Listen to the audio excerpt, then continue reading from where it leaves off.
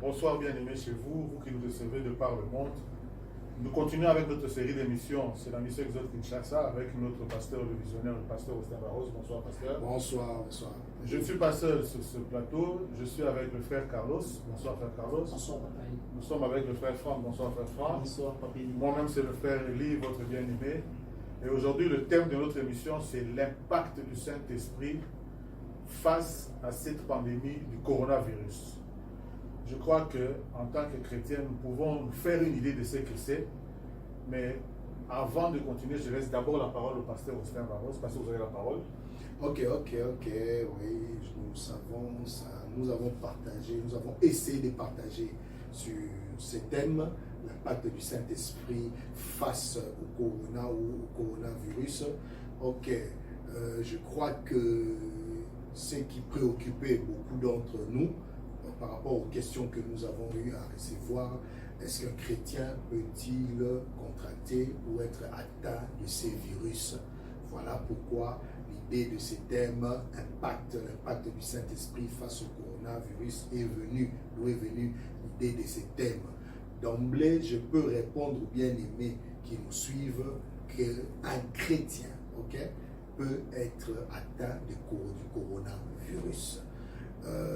Tu me diras comment, pasteur, je vais donner des exemples, Je crois que au moment où nous parlons, ici, nous en Afrique, je crois que chacun de nous a eu à voir peut-être la malaria, Donc, bien que nous sommes chrétiens, nous avons pu avoir la malaria. Maintenant, ce que nous voulons dire, cette question, ce n'est pas une question piège, ce n'est pas une réponse. Quand je réponds ici, ce n'est pas pour faire plaisir aux gens. Nous disons ce qui c'est vie et ce qui est vrai. Mais il y a la vérité absolue qui est la parole de Dieu. Ce qui c'est vie, c'est que des chrétiens, il y a des chrétiens qui sont atteints de la malaria ou d'autres maladies, comme il y a des chrétiens qui ont été atteints du coronavirus. Nous avons vu une grande église de la Porte Ouverte en France où les pasteurs et les chrétiens ont été atteints du coronavirus. Nous avons vu le pasteur dont le nom, j'ai oublié le nom, le doyen de Burkina Faso qui a été atteint, qui a été guéri.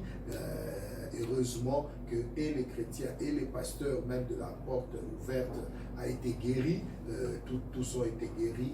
Bien sûr, nous sommes des chrétiens, nous disons que rien, le médicament soigne, les vaccins peuvent empêcher ou soigner, mais la guérison vient de Dieu. Et c'est là que tu sois païen ou chrétien, c'est Dieu qui guérit. Il n'y a aucun médicament qui peut guérir. Les médicaments soignent les symptômes, les médicaments peuvent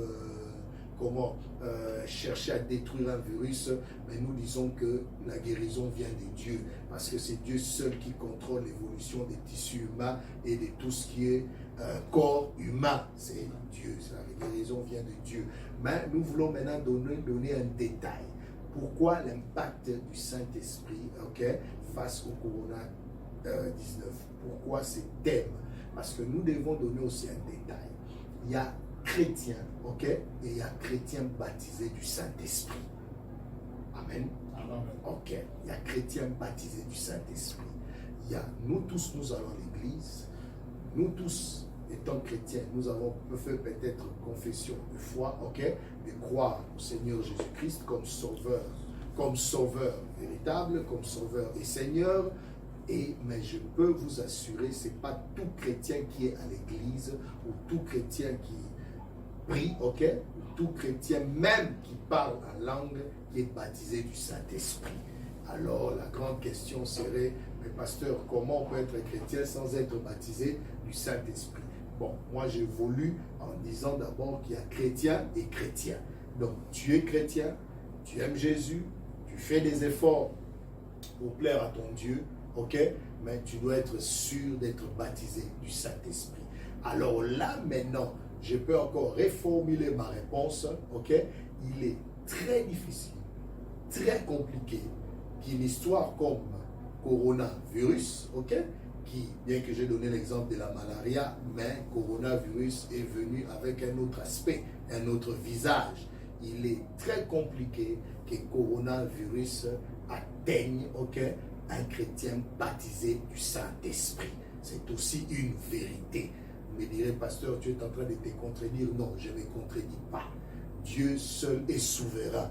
Mais j'ai dit que pour un chrétien qui est baptisé du Saint-Esprit, il est très compliqué ou pas très difficile que ces chrétiens soient atteints du coronavirus. Mais cela n'exclut, voilà, les gens qui me suivent m'attendent déjà en retour. Ok, le pasteur dit que voilà, peu importe, il ne faut pas prendre des précautions parce qu'on est baptisé du Saint-Esprit. Non, cela n'exclut pas que nous devons prendre des précautions et toutes les mesures barrières. Pourquoi? Parce qu'aujourd'hui, bien que je me dis baptisé du Saint-Esprit, serviteur de Dieu, mais en plein boulevard, tu ne me verras pas me mettre au milieu d'un boulevard et laisser une voiture venir m'écraser, disant que comme j'ai le Saint-Esprit, Dieu va m'en épargner. Ok?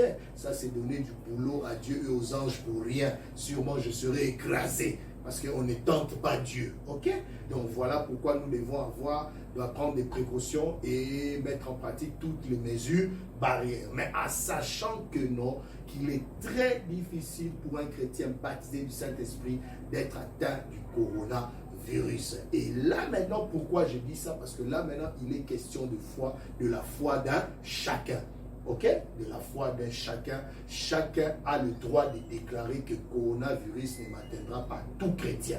Et tout chrétien aussi a le droit, c'est sa foi, il dit non, je prends une précaution parce que j'ai peur que le coronavirus m'atteigne. C'est le niveau, c'est les degrés de sa foi. Un autre dira, ah, moi je suis ce que le pasteur Varos dit, je sais que comme j'ai le Saint-Esprit, je prends des précautions, mais je sais que ces virus, cette sale bête, parce qu'un virus c'est une bête vivante, microscopique, ne viendra pas, ne rentrera pas dans mon corps. Je suis enfant de Dieu, je suis baptisé du Saint-Esprit, c'est aussi sa déclaration de foi. Là, je réponds pour les chrétiens. Je dis que chrétien, c'est lui qui atteint du coronavirus, ok? Mais que celui qui n'est pas atteint du coronavirus et que c'est lui qui est atteint du coronavirus, c'est que je voulais dire que c'est lui qui a su qu'il n'est pas encore atteint du coronavirus, ne se moque pas du frère ou du sœur qui est atteint du coronavirus.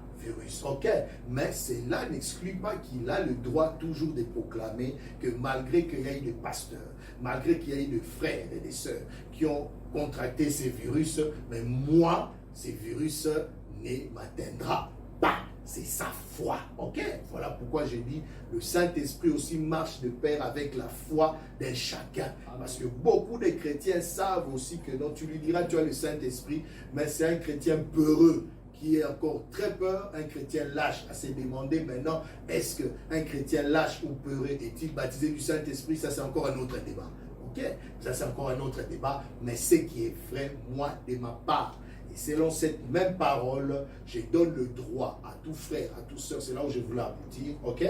Donc si un frère, bien qu'il y ait eu des chrétiens qui ont été atteints du coronavirus, mais si un frère continue à déclarer que lui n'aura jamais ce coronavirus, c'est sa foi, et je crois que cet esprit de foi vient du Saint-Esprit, et je dirais Amen. Si un autre dit, ah fais attention, tu peux être contracté, je peux être contracté, oui, qu'il parle pour lui. Donc, entre nous, nous sommes des frères et des sœurs, chacun a sa foi, parce que la Bible ne s'arrête pas seulement à dire que le juste vivra par la foi, mais la Bible dit dans Habakkuk que le juste vivra par sa foi. Il y a la foi, vivre par la foi et vivre par sa foi. Amen. Chacun a un degré et un niveau de foi, ok, qui va l'aider pendant cette pandémie. Jusque-là, j'ai essayé un peu déjà directement de rentrer presque dans le vif du sujet.